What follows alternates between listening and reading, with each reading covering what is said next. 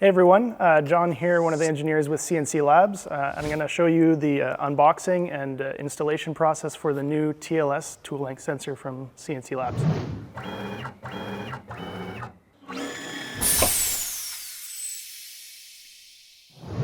All right, let's start unboxing the tool length sensor. For this one, we have the 4x8 configuration. There's also a 2x4 and 4x4 configuration. The only difference being that you'll get a shorter wire for those guys, but functionally everything else is the same. So let's start unboxing here.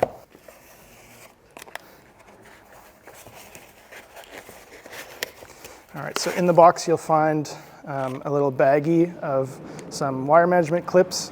The wires that you're going to be using for the machine, whether it be the 4x8, 2x4, or 4x4, or if you're using a different configuration of machine. And then here we have the hardware baggie. It includes your T-slot nuts and some M5x10 button head screws. And then we'll pull out the actual sensor here. There's the kit. The overview of the tool length sensor here, we have an aluminum construction along with a nice Delrin bushing. Should make it very repeatable. Comes with a hardened top cap, so that'll have lots of repeatability over many tool changes and hopefully not dent or get any scratches on it. And then also it is magnetically attached, so something happens to knock the tool sensor off, just disconnects instead of breaking your tool sensor.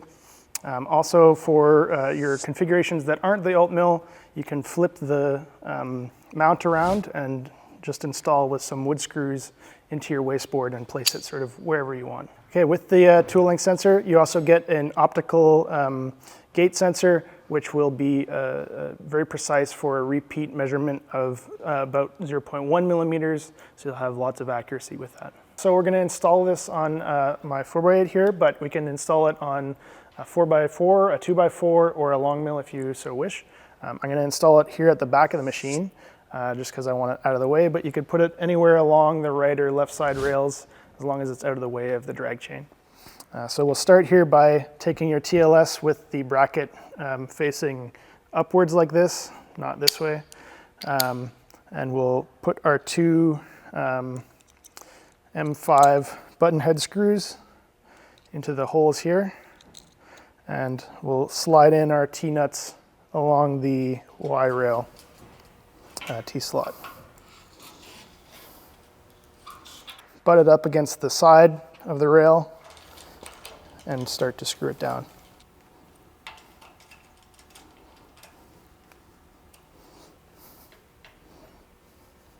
So next we're going to put the wire in. You're going to start from the controller side, or you can start from the TLS side, whichever you prefer. I'm going to start from the TLS. The two kits you can get a 4x8 style kit, which has about, I think, 10 meters of cable, and then you can get a 2x4 or 4x4 kit, which has about 6 meters of cable, so you should be able to put it on any machine you could conceivably have. One connector end has a little black connector on it. That plugs into the bottom of the TLS. And then we'll use the included little 3D printed wire management clips. Just put them in the T-slot, hook them along, and you're good to go. All right, now we have the other end of the cable. Has this little green connector, and we're going to plug it into the back of the controller that says TLS right there. And there you go. All right, so here we are on a Mark 1 4x4 AltMill, and I'm going to install it right on the front right rail here. One caveat to this is if you have your Mark 1 AltMill with the sheet metal dust covers, you're just going to have to lift up these a little bit to make room for the mounting of the TLS. So I'm going to go ahead here and just loosen up the mounting screw to let this sort of loosely move around. And I'm going to take the TLS and install it underneath it. Just going to loosen this up and then slide in our T-nuts to where we want. We'll install the TLS.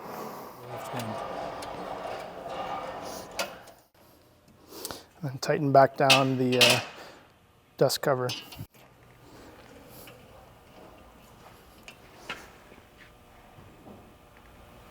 All right, so here we are on a machine that isn't an AltMill, and in this case you can still use the TLS. All you have to do is flip the bracket around, the other way around, and then you can screw it into your wasteboard with some wood screws. So we're going to do that. So I'll just take a corner place over here that's kind of out of the way. I'm just going to screw it into the wasteboard.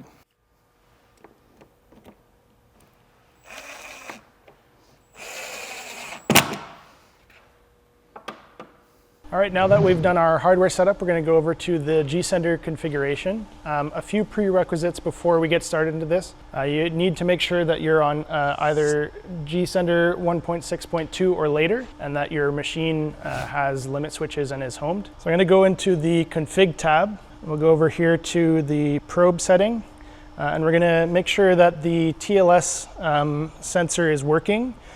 First of all, we're going to invert the probe input for the tool setter. I'm going to hit apply, and you can see at the top of the screen here there's a little X, a red X there above by probe and TLS, and I'm going to hit the button and you'll see the little light there will turn to green. That indicates that your probe is working. Next we're going to go down to the tool changing tab, and we're going to say the gSender tool change strategy is fixed tool sensor. That's because we have our TLS in a fixed location. I'm going to hit apply there. We're going to move our machine so that the spindle is centered over the TLS, and then we're going to set a tool change position or a tool probe position so that your probe is in the right place and it will do a probe cycle. So I'm going to go over to the movement tab, and I'll just move the machine over above the tool setter. Okay, and I'm going to set the spindle position right above the tool setter, a bit higher than what your tallest tool may be so that you're not going to crash into it. In this case, I'm pretty happy with that. We're going to go back over to the config tab, to the tool changing, and then we're going to say fix sensor location. I'm going to hit grab on that, and that'll grab the current position of the machine as it is. Hit apply. Next thing we're going to do is the first tool behavior. Now I like to set this so that I don't always run through the whole wizard every time.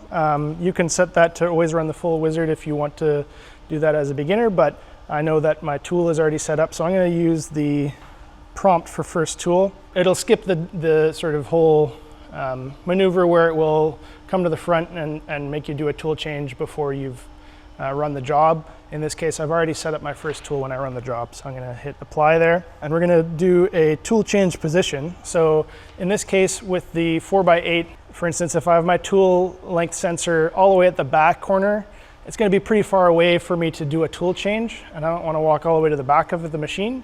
So I'm going to have it move forward into a location that is appropriate for me to do my tool changes. So I'm going to have that on. And again, we're going to move the machine into a nice place where I want to do my tool changes. I'm going to do it right in the middle front. And you're going to want to make sure that your Z is all the way up, just so that you don't have any crashes or anything, and it's nice to give you access for the bit there. So we'll go back to the config tab, go to tool changing, and here for manual tool change position, I'm going to hit grab again. And again, make sure that that Z says 0 millimeters, hit apply. And that's pretty much it for the TLS setup. One thing, if you have a spindle setup, I do recommend that you set your spindle on and off delay to 11 seconds. This just is a delay before the machine starts moving to ensure that the spindle's up to speed before it goes into cutting, basically. So down here you can see spindle off delay is 11 seconds. And the spindle on delay is 11 seconds. So we're all good. Now let's get into running a job. So I have a simple cut here. It includes two tool changes. The thing that you need to keep in mind when you're doing this is every time you have your G-code, you need to make sure your post processor is outputting M6T tool number, whatever that may be in any of your given CAM packages.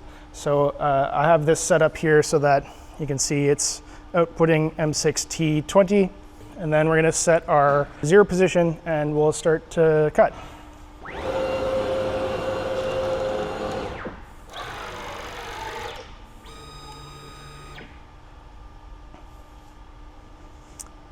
And again, you can do this if you have an auto zero touch plate or just a regular touch plate. They share the same line, so make sure that they're not accidentally tripping when you're using your tool sensor or vice versa. We'll set our zero here. Seems pretty good. I'm gonna lift it up and I'll go ahead and start the job. And then you'll see here it'll pop up and say, how do you want to handle your tool change behavior? I'm gonna only probe the tool length because I already set up my first tool. And it's gonna say, probe the tool length. I'm gonna hit run. And the machine's gonna automatically move to where the tool sensor is that we set up before and run a probing cycle and measure the length of your bit.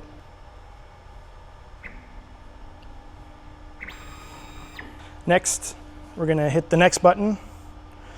And this is gonna say, are you ready to start your cut? So I'm gonna put my dust shoe back on here and then we'll hit run.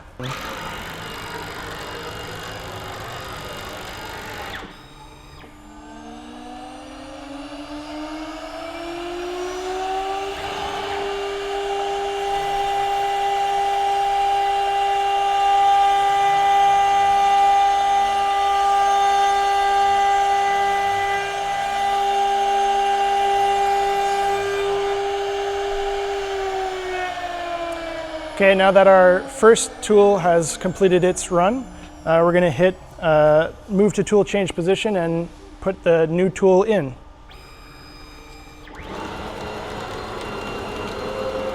The machine comes up, and I'm gonna go ahead and change the bit.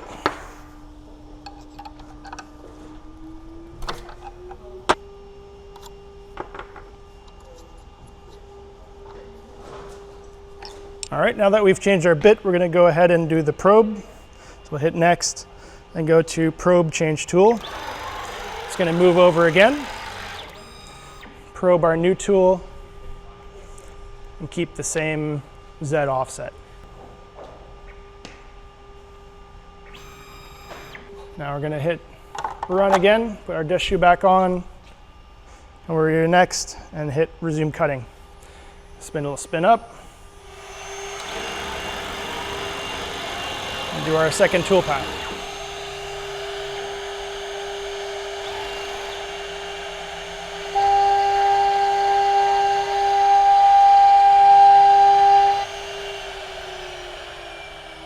All right, everyone, this is how you set up your new CNC Labs TLS. I hope you enjoyed. We'll see you next time.